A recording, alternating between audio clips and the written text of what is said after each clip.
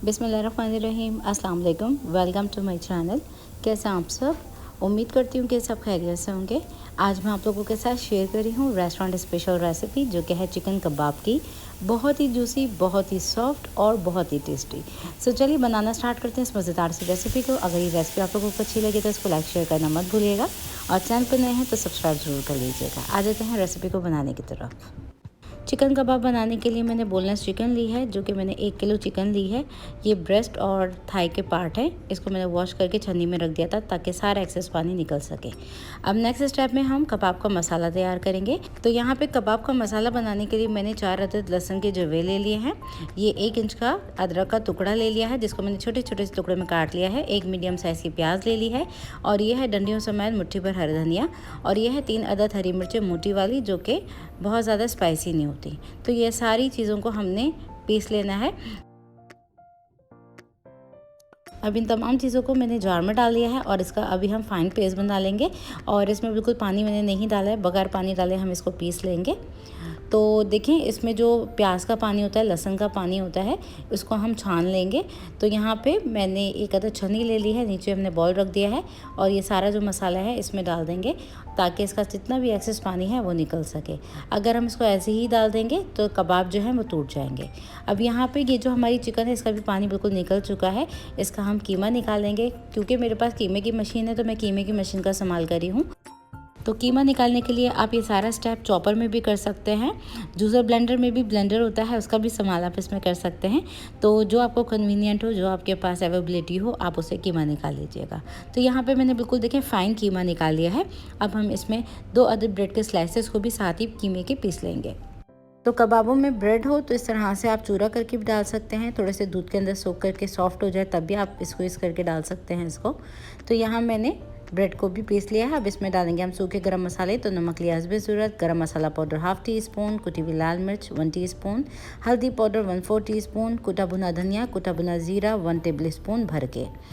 तो यहाँ पे काली मिर्च ली है 1 teaspoon, chaat masala 1/2 teaspoon, chicken powder 1 teaspoon. इसके अलावा सूखी मेथी ली है मैंने 1 टेबल स्पून। तो इन तमाम ड्राई स्पाइसेस को हम डाल देंगे इसके अंदर, और ये 1 किलो कीमे के लिए बिल्कुल परफेक्ट मसालों का रेशो है। अब इसमें जाएगा ये मसाला जो कि मैंने पेस्ट बना लिया था, और इसका बिल्कुल पानी मैंने निकाल लिया है। तो देखिए, कीमे में भी पानी नहीं है, और ये जो मसाला है इसमें भी पानी नहीं है।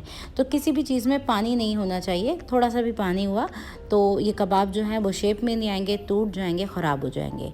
तो कुछ अहम टिप्स होते हैं इस तरह की चीज़ें बनाने के लिए, जो कि बहुत इंपॉर्टेंट होते हैं।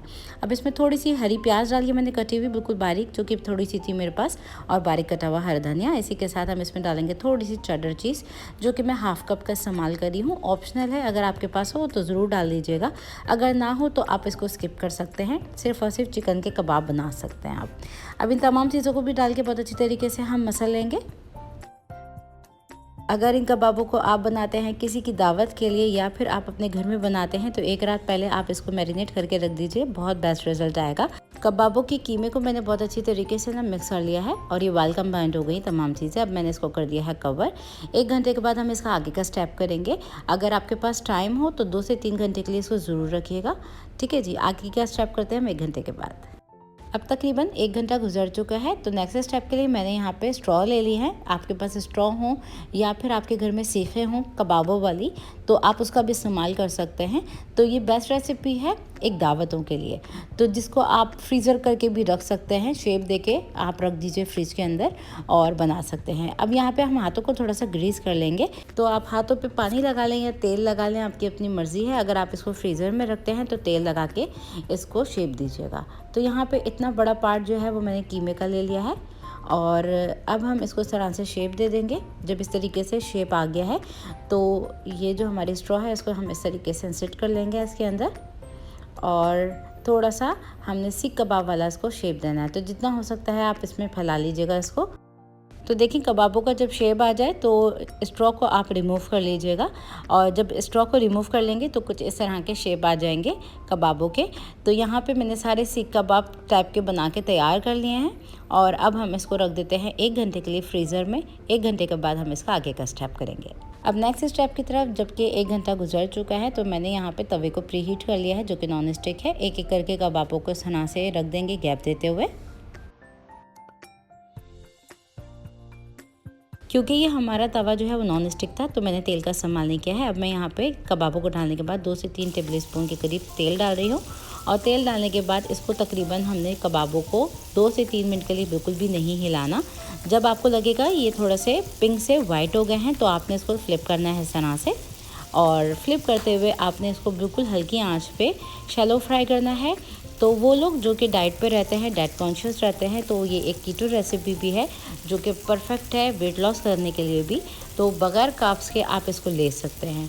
तो यहाँ पे हम कबाबों को जो है वो अलट पलट करते जा रहे हैं और इसको करते जा रहे हैं शैलो फ्राई जब तक कि इसमें कलर नहीं आ जाता और ये अंदर तक पक नहीं जाते।